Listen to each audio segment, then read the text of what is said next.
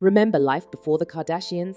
Me neither. Sometimes I have sepia-tinged recollections of a time when I moved through the world blissfully ignorant of the fact Kim's will includes makeup instructions for her corpse, before I'm rudely interrupted by an intrusive thought like, should I sleep on the left side of my face? Because Khloe Kardashian sleeps on the left side of her face. The world's foremost dynasty haven't just colonized our brain space, they've conquered the worlds of reality TV. Social media have a combined Instagram following of over 1.2 billion, shapewear and cosmetics. But recently, rumors have circulated that their car domination could be drawing to a close. While Hulu, the streamer behind their latest show, doesn't release viewer numbers, audiences have been underwhelmed. Meredith Jones is a professor at Brunel University and organizer of the Symposium, the world's first academic conference devoted entirely to the Kardashians. Certainly the new show is a great disappointment, she said. It is boring, repetitive, and they've stopped revealing as much of themselves. It feels very rehearsed and stingy. And while we've been keeping up with the Kardashians, Jones believes that the family have failed to keep up with the shifting culture. Part of cancel culture is about taking to task people who have not kept up with the green movements, with conversations about cultural appropriation, and the family haven't. They're looking dated, like the thawing of snow in Narnia. Could this signal the beginning of the end of Kim and Co.'s terrifying reign? MG Corey is the creator of the Kardashian Colloquium, an Instagram, TikTok, and YouTube account, which studies the family through an academic lens. Sample video title, The Kardashians and Hyperreality.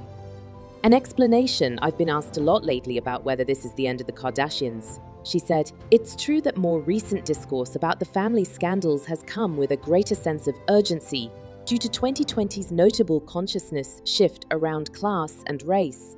But we need to keep in mind that social media algorithms flourish in negative or conflict-oriented engagement.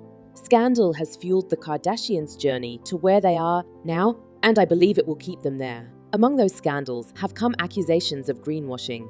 In January 2020, Kim bravely entered the ecological discourse when she tweeted, "Climate change is real," accompanied by a broken heart emoji. But it seems her awareness of the problem doesn't extend as far as not wanting to significantly contribute to it. Asked last year by Interview magazine whether she does anything to actually combat the crisis, Kim replied, "I believe in being realistic because there's so much to worry about, and it can be really scary to live your life with anxiety. You have to pick and choose what really works for you in your life." What works for Kim seems to be catching lots and lots of private jets. One report found that her personal plane emitted more than 4,000 metric tons of carbon over 57 flights in the first half of 2020, and vastly exceeding her home water limit. During California's drought emergency, Los Angeles Times revealed that 2 of Kim's Hidden Hills properties had exceeded water limits by 230,000 gallons during last summer. Alan. Similarly, last year, Kylie Jenner was labeled a climate criminal after it was revealed that she routinely flew on a private jet for journeys lasting between 9 and 17 minutes, never once to be hemmed in by the parameters of their own expertise. The family's lack of eco-credentials hasn't stopped them attempting to capitalize on increased environmental awareness. Last year, Kourtney was appointed Sustainability Ambassador for Boohoo, the fast fashion brand investigated by the UK's Competition and Markets Authority for greenwashing. The partnership was criticised for trumpeting their use of recycled materials without specifying the actual percentage. Meanwhile, an investigation by the Changing Markets Foundation found no evidence to support claims made by Kim's shapewear brand Skims that it includes no plastic packaging. According to Mike Bandar, co-founder of Instagram marketers Hopper Hack, these gaffers are making a significant dent in the Kardashian brand. The main currency of a social media influencer is trust. He said, the Kardashians have had years of building strong trust with their followers through their consistent posting, marketing campaigns, and TV shows. But their integrity has been called into question, with various investigations of the Advertising Standards Agency and the depth of their intention around sustainability and other causes they've jumped in. This will no doubt have had an impact in the trust that is held between them and their followers, and therefore the influence they have and commercial value they can attract. Unrealistic body standards It may seem unwise to solicit health and wellness advice from women who apply mayonnaise, vaginally Kourtney, or believe they have a sixth sense for smelling people's cavities, but hasn't stopped the sisters from using their power and influence to hawk everything from flat tummy teas to appetite-suppressing lollipops. The family's predilection for promoting what they call health-related products that cater to their fans' insecurities has infuriated their detractors. Jamila Jamil to eating disorders charity beat Chris's less than robust defense. I don't live in that negative energy space. Righto. Most recently, Kim was heavily criticized for her divisive Met Gala look. The dress originally worn by Marilyn Monroe to sing Happy Birthday to President John F. Kennedy in 1962.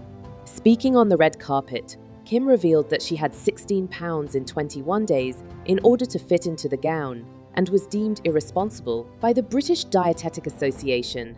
According to Jessica Barrett, an editor at Grazia magazine, Kim's fixation on talking about her weight and rumors that her and Chloe are using diabetes drug Ozempic to lose weight doesn't feel right for now.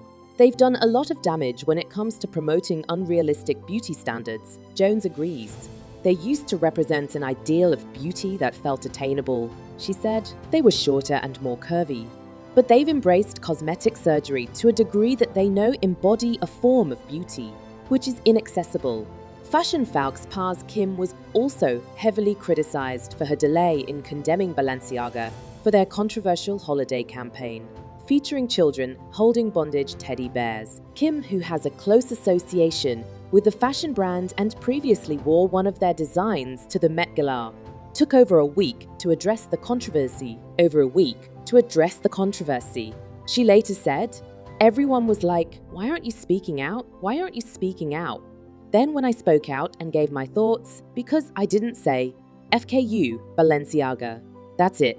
People got mad at that." Meanwhile, animal rights campaigner and former resident of Number 10, Carrie Johnson, accused a Schiaparelli dress worn by Kylie of promoting trophy hunting.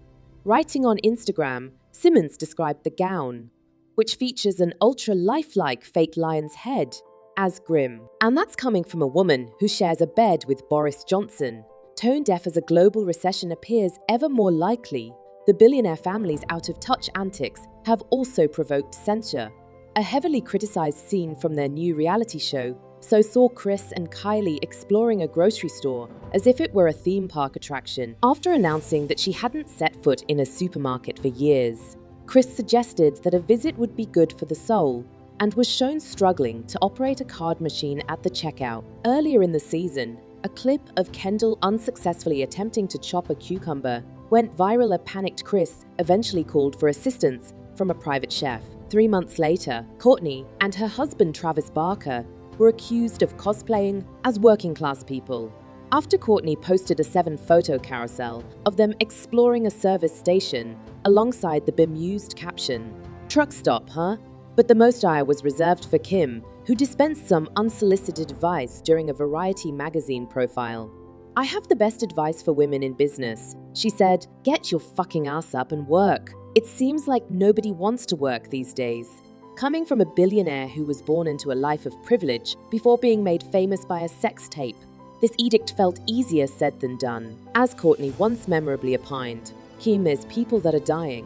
Craziest Kardashian moments. Kim's 72-day marriage. Kim's 2011 televised wedding to Kris Humphries resulted in a marriage which lasted just 72 days. "I had hoped this marriage was forever, but sometimes things don't work out as planned," said Kim, with eye-watering understatement. Kim loses her earrings on a family vacation to Bora Bora. Kim had a meltdown after believing that she'd lost a $75,000 diamond earring. Her hysteria resulted in Kourtney's iconic deadpan response, "Kim, there's people that are dying."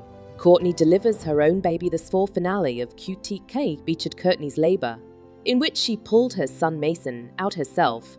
"Kourtney just loves to pull out her own children," explained Chloe Day. Kim reveals that she was high at her own wedding, attempting to prove her wild side to Scott and Kendall. Kim admitted that she was high on ecstasy during her first wedding. Kendall faces a backlash in 2017. Kendall's Pepsi ad was heavily criticized for suggesting that police brutality could be solved with a can of soda. I hope you guys liked the video.